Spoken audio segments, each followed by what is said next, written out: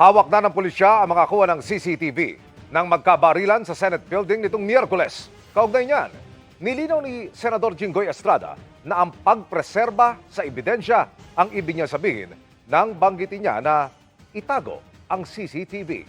Nakatutok si Marie Zumali.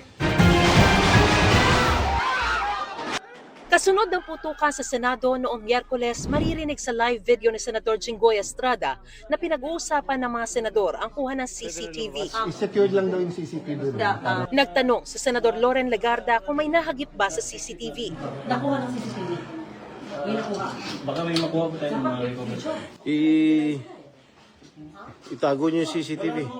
Pinag-usapan online ang pahayag ni Estrada na itago ang CCTV. Kanina nilinaw kung ano ang ibig sabihin niya. Anya, binaluktot ito at binigyan ng ibang kulay. Ano ibig sabihin ng i-preserve yung CCTV for future reference? Okay? Why should I keep it in public?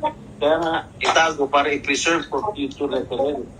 Kasi ebidensya yun eh. Kung pwede nga lang ilabas kaagad yung CCTV, dapat ilabas na. Walang tinukoy sa Estrada pero sabi niya nakakalungkot na may ilan anyang media outlets at online platforms na bumaluktot ng kanyang pahayag.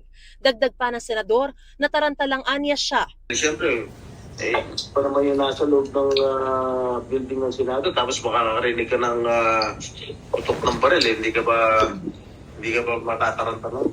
Maging si Senate President Alan Peter Cayetano, ipinaliwanag ang naging pahayag ni Estrada. Agad kong sinabi kay as soon as nakaakyat na po si Sergeant at Arms Mao, sabi ko secure the CCTV room. So nung sinabi po ni Jinggoy na itago, ang ibig niya sabihin make sure walang makakuha. Ayon sa PNP, hawak at pinag-aaralan na nila ang mga CCTV footage mula sa loob at labas ng Senado.